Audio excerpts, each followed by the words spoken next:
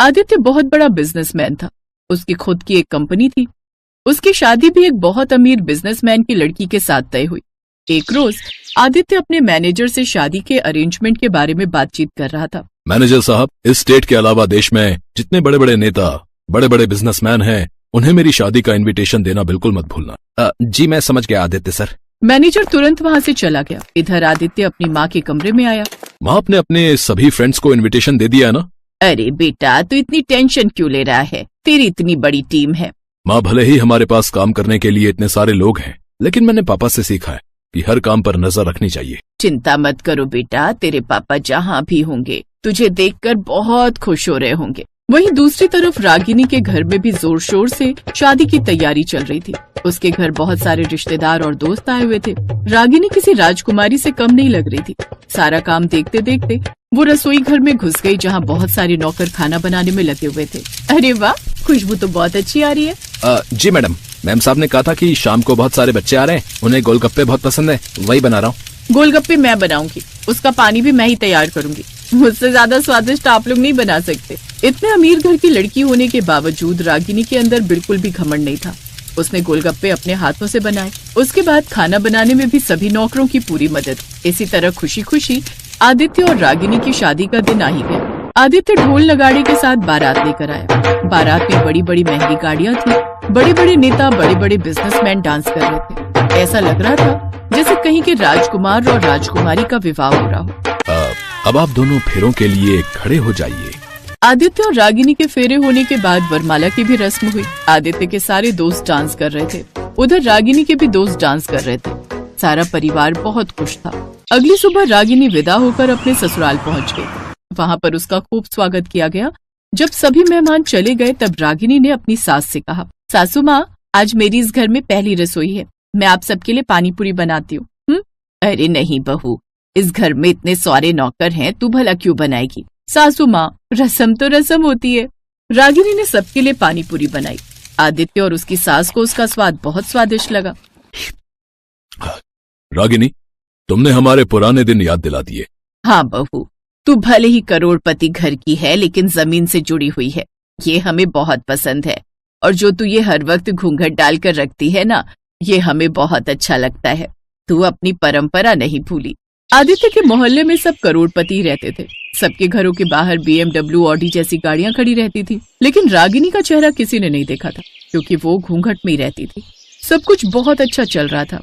फिर एक दिन आदित्य की कंपनी का नाम डूब गया। आदित्य अब रातों में घर नहीं आता था। एक रात जब वो ऑफिस में अकेला बैठा परेशान हो रहा था, तब उसका मैनेजर उसके पास आया। सर, मैं अपना रेजिग्नेशन देने आया हूँ। आप तो जानते ही हैं कि आपकी कंपनी पूरी तरह से डूब चुकी है, लेकिन मुझे अपने परिवार का पेट पालने के लिए कहीं दूसरी जगह नौकरी करनी पड़ेगी। इस कठिन समय में आपको मेरा साथ देना चाहिए मैनेजर साहब, और आप मुझे छोड़कर जा रहे हैं।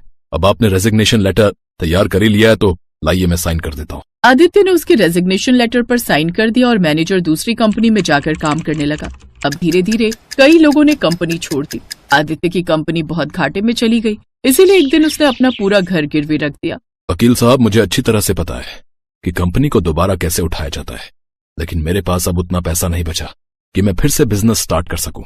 इसीलिए ये घर मुझे गिरवी रखना पड़ रहा है। तभी वहाँ पर आदित्य की माँ और रागिनी आ गई। बेटा, तू ये क्या कर रहा है?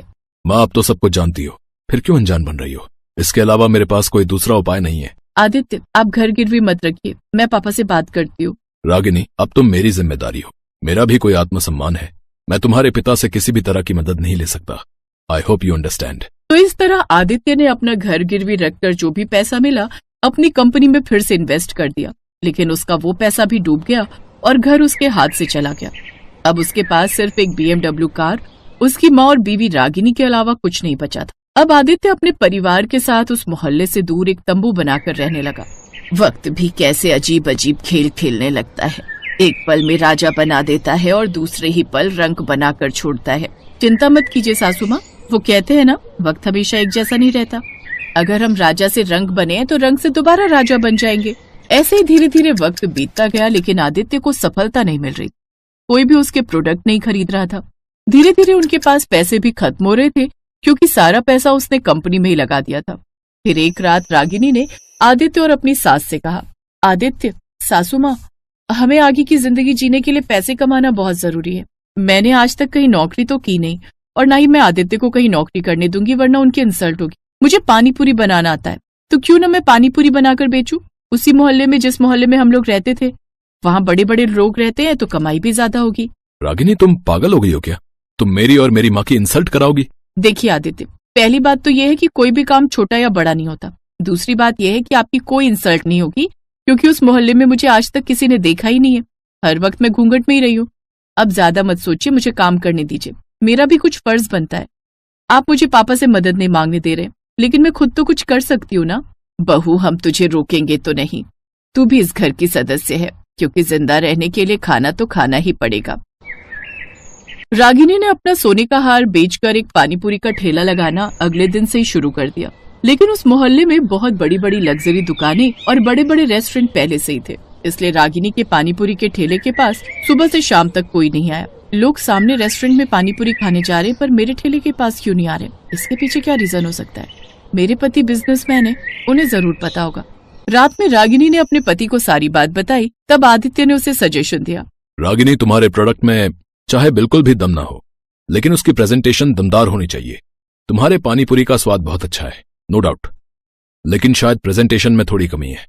वहां सारे बड़े लोग रहते हैं, तो ठेले के पास जाने में उन्हें शर्म लगती होगी। रागिनी को सब कुछ समझ में आ गया।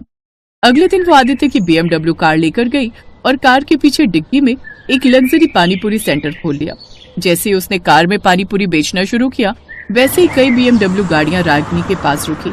एक्सक्यूज मी मैडम, मुझे जरा 10 प्लेट पानीपुरी पैक कर दीजिए। श्योर मिस्टर ओबरॉय, बट आपसे पहले भी बहुत सारे लोगों के ऑर्डर्स लगे हुए, तो मैं पहले उन्हें दे दूं, फिर आपको दूंगी। I hope you understand. Yes yes, no problem madam. अब रागिनी को समझ में आ गया था कि किस इंसान से किस तरह से डील करना है। अब उसकी पानीपुरी का स्वाद लोगों को इतना पसंद आने लगा कि हर रोज वहाँ पर BMW की लाइन लग जाती थी। कुछ महीनों बाद इस शहर में कुछ ही महीनों में कार वाली पानीपुरी यानी तुम्हारा बहुत नाम हो गया है।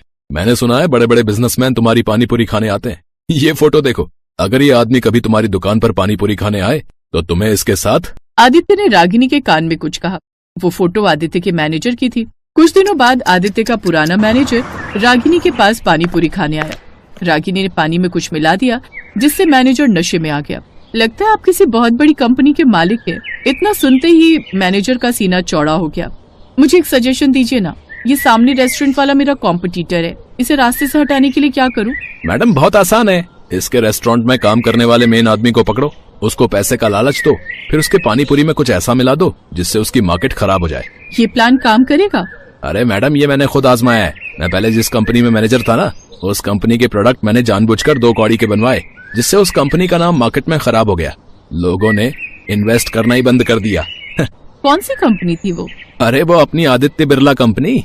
दूसरी कंपनी ने मुझे अपनी कंपनी में ये 20% का पार्टनर बना लिया। आदित्य की कंपनी में रहता तो जिंदगी भर मैनेजर ही रहता। मैडम, लगता है मेरे को नींद आ रही है, मैं चलता हूँ। रागिनी ने सब कुछ कैमरे में रिकॉर्ड कर लिया। अगले दिन वो रिकॉर्डिंग चारों तरफ मीडिया में वायरल हो गई। अब सारे इन्वेस्टर्स फिर से आदित्य की कंपनी में लौट आए और मैनेजर बर्बाद हो गया। इसीलिए किसी के साथ बुरा नहीं करना चाहिए।